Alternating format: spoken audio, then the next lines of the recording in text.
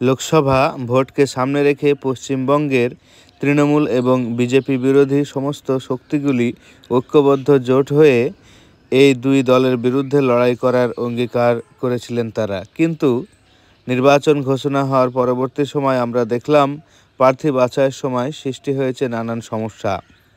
একদিকে যেমন বাম এবং তার শরিক দলের সঙ্গে তাদের দ্বন্দ্ব তৈরি হয়েছে, অপরদিকে কংগ্রেস না মানতে রাজি আইএসএফকে এবং আইএসএফ জানে না কংগ্রেসের সাথে কী সমঝোতা হয়েছে।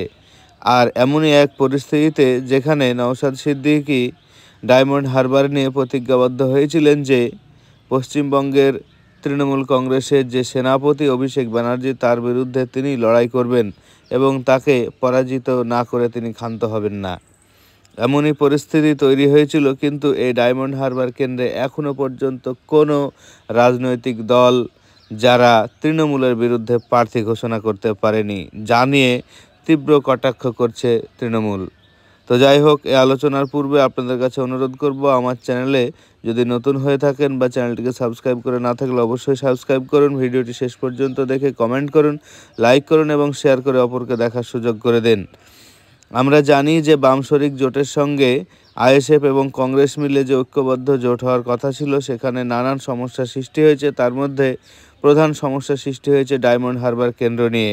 এখানে নওশাদ সিদ্দিকী তিনি চ্যালেঞ্জ করেছেন এবং এখান থেকেই তিনি প্রতিদ্বন্দ্বিতা করবেন বলে এখনও পর্যন্ত তিনি এই একই মতে অনড় রয়েছেন। আর এখানেই সমস্যা সৃষ্টি হয়েছে। আমরা দেখেছি যে কংগ্রেস এবং সিপিএমের তরফ থেকে যে সমস্ত আসনগুলিতে প্রার্থী ঘোষণা করা হয়েছে, সেখানে একে অন্যের বিরুদ্ধে প্রার্থী কেউ দেয়নি।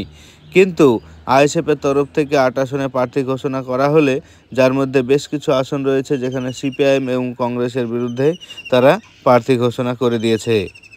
আর এই প্রার্থী ঘোষণা নিয়ে যে টালবাহানা শুরু হয়েছিল, সেই টালবাহানার অবসান আজ হতে চলেছে। কেননা আজ বুধবার, আজকের মধ্যেই সিদ্ধান্ত শেষ পর্যায়ে উপনীত হবে যে আইএসএফ একলা চলবে না বাম শরিক এবং কংগ্রেসের সঙ্গে ঐক্যবদ্ধ জোট করে আসন সমঝোতার মধ্যে দিয়ে তারা প্রার্থী নির্বাচিত করবে। আজকেই শেষ সময়, কিন্তু এখনও পর্যন্ত যা খবর রয়েছে তাতে আইএসএফ একলা চলনীতিতেই চলবে এবং 8 আসনে প্রার্থী ঘোষণা করেছে। আরও তারা 8টি আসনে প্রায় প্রার্থী ঘোষণা করবে বলে মনস্থির করেছে। অর্থাৎ আগামী লোকসভা নির্বাচনে পশ্চিমবঙ্গে 42 আসনের মধ্যে প্রায় 16টি আসনে তারা প্রার্থী ঘোষণা করবে বলে এখনও পর্যন্ত মনস্থির করে রেখেছে।